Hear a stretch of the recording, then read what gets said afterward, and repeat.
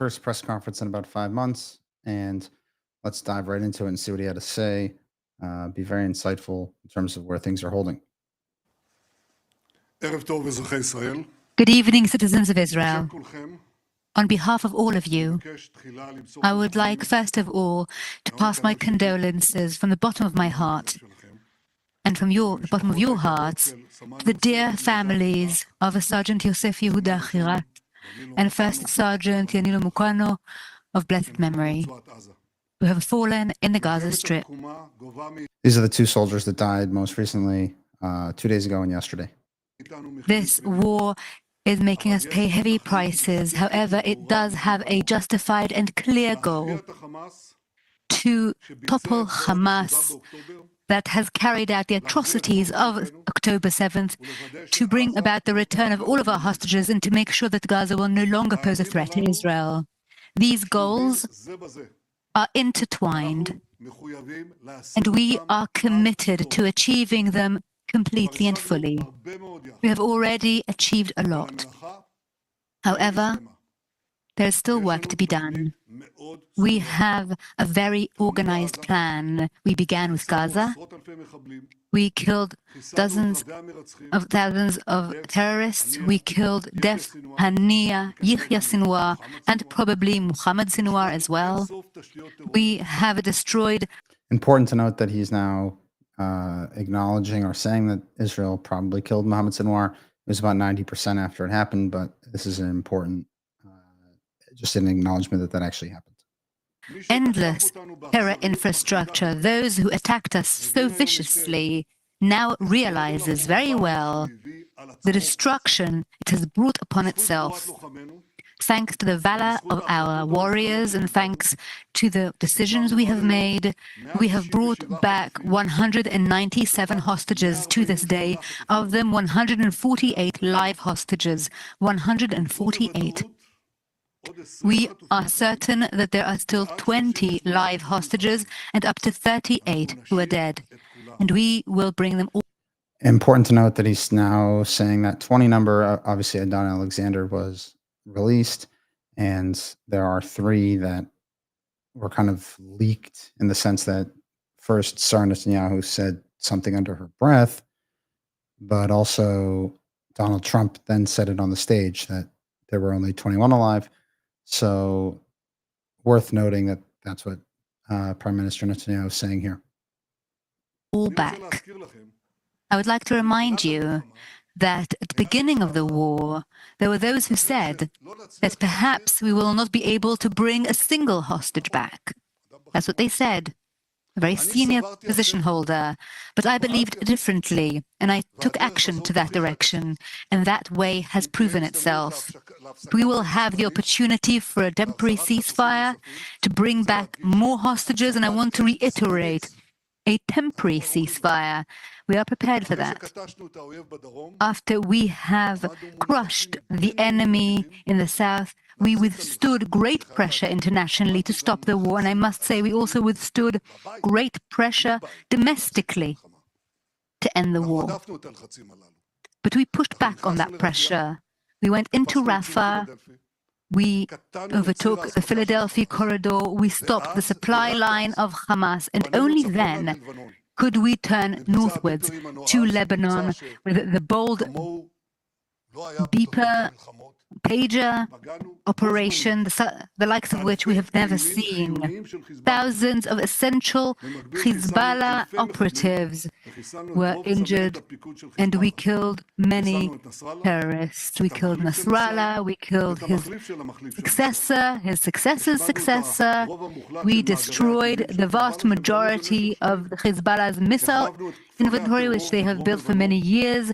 We ובכך demolished הסרנו את האיום the לפלישה terror villages in southern Lebanon and therefore removed the threat of incursion into northern Israel. And we are actually imposing this ceasefire very, very persistently. נחליט, אוכפים את זה And ביד it's not as ברזל, if כל we הזמן are חי seeing במשחק, any והוא עושה זאת בצורה other יוצאת מן הכלל. threats the IDF is pushing back on all of that. Our actions in Lebanon have led to the topple of Assad's regime in Syria and the destruction of most of the Syrian army's capabilities.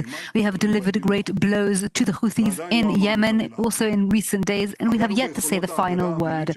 We have also impacted Iran's aerial defense capabilities and essential infrastructure, but let me say that Iran remains a significant threat to Israel.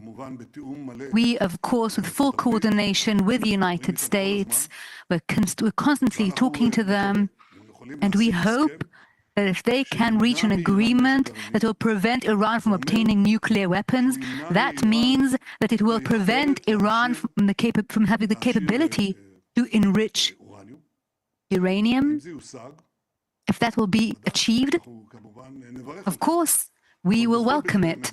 However, at any rate, the State of Israel keeps the right to itself, to protect itself from a regime that wants to destroy it. And at any rate, even if we do have these great achievements vis-a-vis the Iranian axis, we have yet to complete this war. Gideon's chariots, this operation is there in order to complete this war. 3 days ago, I instructed, together with the Minister of Defense, and the Cabinet also approved unanimously to go into another phase of this war. Our forces are delivering huge blows, which will continue and increase on the forts of Hamas that still remain. And I would like to ask you to do one thing. Ask the residents of Sderot, Netivot, Be'er Sheva, the Gaza envelope communities. Their houses are shaking, and they're shaking not because of Hamas missiles, but because of the magnitude of the IDF's fire. Our forces are taking over more and more areas in order to clear them from terror infrastructure and terrorists of Hamas. And at the end of this step, all the areas of the Gaza Strip will be under Israeli security control, and Hamas will be defeated. In order to maintain our freedom of action, in order to allow our best friends to continue to support us, we must prevent a humanitarian crisis. We said that at the beginning of the war too, and I hear from our best friends, Israel's best friends, friends from the Senate, true friends, great friends of Israel, and they're saying to me, we are giving you full support. We are sending you weapons. We are giving you full support in the UN Security Council. Kill and destroy these monsters. But one thing we cannot tolerate. We cannot tolerate a situation where there is a humanitarian crisis in Gaza. But at the same time, we all know, you all know, that Hamas is taking much of the aid for itself, and the rest they are selling at exaggerated prices in order to fund its army. In order to get more terrorists, they are using this money. We kill terrorists and they recruit more terrorists using the aid money. And so in order to prevent Hamas from being able to take over this humanitarian aid, we have developed a new plan with the United States for giving out the food to the civilians so that it will not get to Hamas' hands. And this will be divided into 3 parts. The first part is bringing back basic food into Gaza right now in order to prevent a humanitarian crisis, in order to allow us to continue fighting. The second phase, which will happen in the next few days, is opening points of food delivery by U.S. companies with the security and defense of the IDF. And the third phase, while we gain control of areas in Gaza, creating a sterile area in southern Gaza that the population will be brought to in order to protect it. And in this area, which will be clear of Hamas, the residents of Gaza will get all the humanitarian aid they require. But there are those who say, around the world, but also here in Israel, enough already, stop with the war, end the fighting. Well, I have news for you. I am willing to end the war, but there should be clear conditions that must ensure Israel's security. All the hostages must return. Hamas will have to step down from ruling and demilitarize. Gaza will have to be completely demilitarized and disarmed, and we will carry out Trump's plan. such a correct plan, so revolutionary. And it says one very simple thing. Any Gaza residents who will want to leave will be able to leave. Anyone who is calling upon us to stop the fighting before these goals have been achieved is in fact calling for Hamas to remain in rule. And what does that mean? It means that all of our achievements, all of our sacrifices by our valor, by our valiant warriors will be over. And Hamas will continue digging tunnels and will continue sending terrorists into our communities. We'll have more abductions, more murders, more rapes, and more babies being burned. And I am not willing to endure that. Citizens of Israel, you too will not endure that. I heard yesterday the horrifying things that Yair Golan had said. And like many of you, like the majority of Israel's citizens, I was shocked and appalled. While our brave soldiers are sacrificing their lives in the Gaza Strip to protect our country and to bring back our hostages, Yair Golan is accusing them of war crimes. He's saying that we are killing babies. He's not saying we're killing babies. He's saying we're killing babies as a hobby, as a pastime.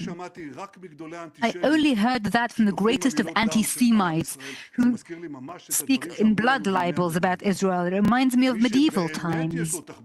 Those who really do have a habit and a hobby of killing babies, doing so monstrously and maliciously, is Hamas. Hamas, not IDF soldiers who do everything in their power to refrain from killing civilians and babies. There is no army more moral than the IDF. However, instead of defending the IDF soldiers, some protect Yair Golan, and they are fueling this bonfire of hatred. And he lost his way, and all those former senior officials with him. And about that in Ethics of the Fathers, it says that envy, lust, and honor drive a person out of this world. And I will tell you why they are doing it. They are doing it because for them, everything is politics. In order to topple the Israeli government, they are willing to do anything. Anything.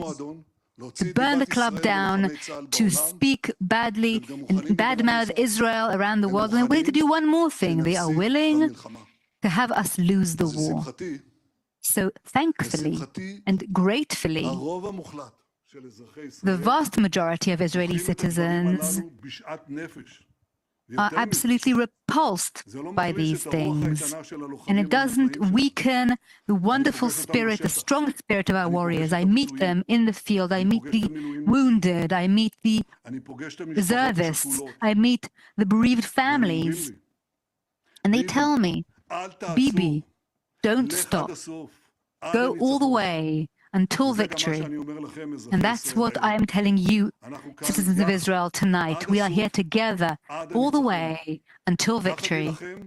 Together we will fight, and with God's help, together we will prevail. Prime Minister will take questions. Channel 14. Good evening, Mr. Prime Minister. I heard MK Saada speak in court today and my stomach turned, and not metaphorically. How is it that the law enforcement system acted like criminals? How is it that the justice system has no morals, has no justice? We see tonight another High Court of Justice decision about the Shin Bet chief. And I've been asked to ask, when will the moment come for you to say this is an illegal command, this is something that there's a black flag over, and we refuse to adhere to the High Court of Justice's ruling? I would like to read out the law to you about the appointment of a Shin Bet chief. Section 3A. The head of the Israeli Security Agency will be appointed by the government according to the Prime Minister's proposal.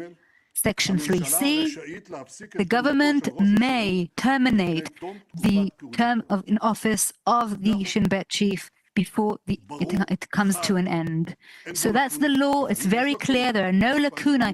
Sometimes there are lacunae. Sometimes the court must interpret when there are lacunae, but there are none in this case.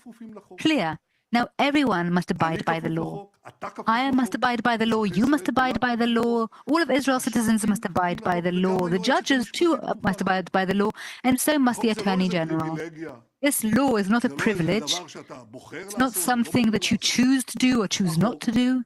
The law requires us all, binds us all, and anyone who breaks the law. And so I believe that the question is simple.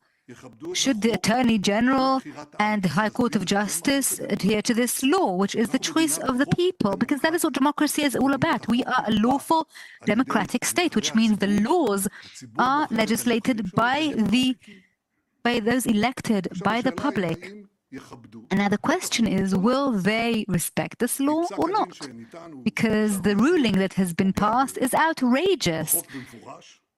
It goes against the law very explicitly, and it also harms democracy. It harms Israel's security, and it will not allow us. It makes it difficult for us to appoint an ISA chief, and it's the same as dismissing one. So after this ruling today, and I'm sure there's lots of criticism about it, after this ruling, right at that very moment, in great timing, I received a letter from the Attorney General. And she says, you cannot appoint a Shin Bet chief. Why? Because I am in a conflict of interest. Am I in a conflict of interest? She's in a conflict of interest. Not only that, she's in several conflicts of interest. It's just like the camel not being able to see their own humps. So she has two humps at least. And so we discovered a few days ago in my court case that the witness by the plaintiff is very close to the Attorney General, and she did not report that, and that is a true power of conflict of interest par excellence. I don't know what would have happened if it were me. Another case, another court case, and there's another hump, as I've said.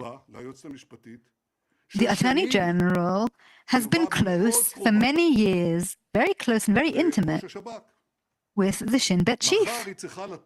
Tomorrow morning, she will have to give me an answer about this conflict of interest, and today she told me that I'm in conflict of interest and I cannot appoint a new Shin Bet chief. Well, okay. Look, we are at war.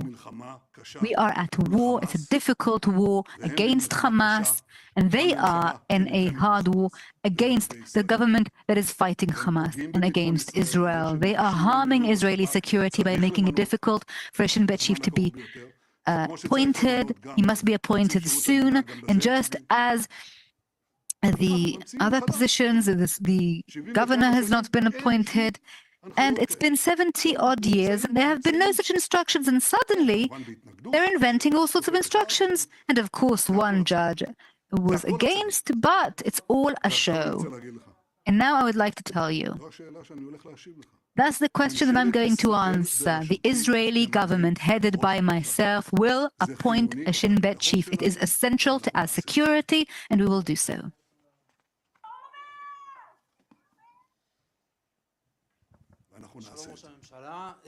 Good evening, Mr. Prime Minister. A year and a half ago, you promised complete victory soon. Is it your failure that this victory has yet to be achieved, and when do you think it will be achieved? First of all, many victories have been presented. We have changed the Middle East. I said on the second day of the war, I said we will change the Middle East. And we did. I'm not even talking about the situation created in the south where people are returning to their homes. Why? Because there are no rockets. Yes, there is one or two, but there's no ability for incursion. But let me tell you what is holding us back. But look at what we've done so far. We got Hezbollah down on its knees. Because of our actions, the Assad regime has been toppled. We have taken action against Iran. We have changed the Middle East. We have broken the axis. I'm not saying we eliminated it, but we've broken it, and there's still some work to be done. But why is the war in Gaza taking so long? Do you know why? I'll tell you why. Because no army in the world has ever encountered such an urban setting with dozens of thousands of terrorists underground, above ground, with a population that supports them. This is a new situation in urban wars. There has not been anything like that, not in Fallujah or anywhere else. What else? In addition, they also don't have hostages. That's a new thing too. And another thing, we also had to withstand pressure, international pressure, embargo. It's not something that just can be taken for granted. All of these things did and do delay us. We don't want to hurt our hostages. We want to continue with the war. We will do it one stage after another. Now we've reached a crucial stage. The Iron Chariots is very crucial. We want to complete these 3 missions in Gaza. We want to destroy Hamas rule. We want to bring back all of our hostages, and we want to make sure that Gaza takes on a new route. We have defined that, and we are doing that very determinedly, but also very cautiously. Why? Because we want to achieve these goals with minimum losses among the lives of IDF soldiers. That is why we are doing what we're doing and how we're doing it. But it's not going to take another 18 months, that I can promise you. I don't want to reveal our plans here or our schedules, but we are determined to complete the defeat of Hamas, the return of all our hostages, and to bring a new future to Gaza. Otherwise, we'll just keep getting it back again and again. So it's not going to be another round. It's going to be decisive.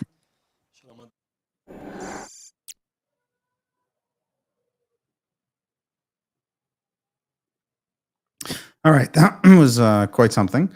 I'll just say this, that in terms of Israel not finishing this war off sooner, claiming that it's just because it's urban warfare, it's going to be tough to actually convince anyone of that. I think there's been a lot of indecision, and some might argue that it's justified indecision, but there's definitely been a good deal of indecision that's contributed to this extremely difficult situation. And